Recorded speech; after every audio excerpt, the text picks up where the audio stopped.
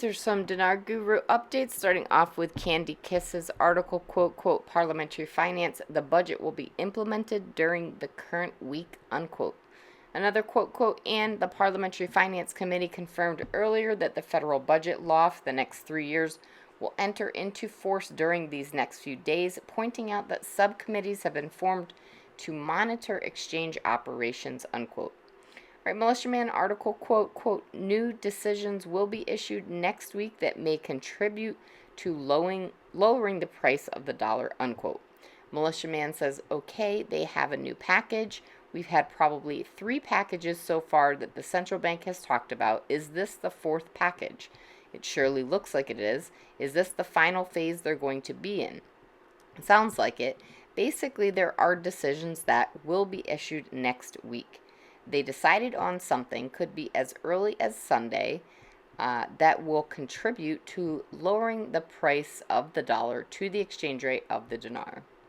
Claire article, quote, and finally, 50 days after its approval, the budget enters into force, unquote. Another quote, Parliamentary Finance Committee confirmed on Saturday that the federal budget law will enter into force during the current week, pointing out that the budget instructions will be circulated to all ministries, unquote. All right, Nader from the Mideast says, I'm going to disagree with Guru Pimpy when you say the budget doesn't need a new exchange rate because Iraq has not been living for 20 years with a bad exchange rate and it didn't bother us. No, it bothered us a lot, and things are very, very expensive. Why we need a new exchange rate? First, purchasing power. Second, when we travel a lot, especially for work or even pleasure, if I want to come over here to the U.S. on vacation, I can't. If I want to go to Europe, Australia, Canada, I can't. Nader goes on to say, forget anywhere in the world. Even Africa, I can't because when I take 2 million or 3 million dinars, if you have a family like me, 15-day or even a week, that's not enough. Before 2003, when Saddam was alive, a minimum paycheck used to be $3,000, which is 1,000 dinars. With 1,000 dinars, you can do a lot of things. I can bring in my family for a week. Iraq needs an exchange rate, needs their money to go back to at least 1-to-1. 1-to-1 would be very fair. 3-to-1, 2-to-1 would be better, but for now, 1-to-1. All right, Frank 26 says the bad guys, they took 5,000 families. They moved them from where they lived closer to Baghdad so they could open bank accounts. They paid them $200 to take over bank accounts so they could smuggle American dollar out of Iraq through Iraqi banks. You'd think that would be the ending of the stealing. We caught everybody that's stealing. No, this is just a tip. This is why we don't see the monetary reform and new exchange rate moving forward just yet. These things have to be taken care of, and Sadani and Alak are doing fantastic. Pimpy says, hypothetically, do you see how much food I was able to buy in Iraq with 23,000 dinars? Enough food to stretch out weeks, if not a month. I got milk, bread, pounds of rice, eggs, chicken fillet, beef, bananas, oranges, a couple pounds of potatoes. I got water. This stretches out. So why would I go to the bank and swap my $100 for 1320 dinars per dollar when I can exchange it for 1550 dinars for every dollar? Do you understand why Iraq is running into this dilemma?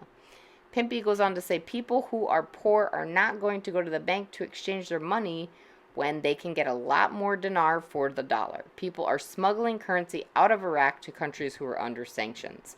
How they're doing it is by creating a black market.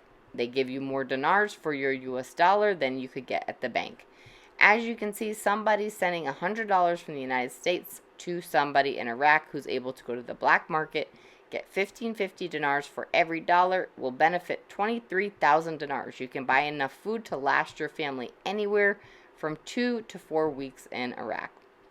All right, Bruce via Wiser Now says the latest information I have so far is pointing towards Monday or Tuesday for notifications and Tuesday, Wednesday for our exchanges. Rates are changing at the banks every day with new rates with the trading that's going on globally. I think things are happening. We're looking forward to being notified. All right, Militiaman says the Central Securities Deposit System has a time frame on it that's going to start early as they say specifically on the CBI's website, August 7th. All banks in the country were notified 14 days prior to the 1st of August to be set up and ready to go on this new system, and they have until implementation day, their words, not mine, August 7th, 2023. Militiaman goes on to say what this could mean is that sets the stage for them to be able to have the ability to funnel money into the Iraqi stock exchange from international circumstances. That's really big because going international, the amount of money that will flow through their stock exchange is going to probably be astronomical. It's going to be good for them, Iraqi citizens, investors, you and I. It's a powerful thing. Take it seriously. It's coming to us now. Lastly, Mark Zevia PDK says we have a great bank story out of North Carolina from a regional bank.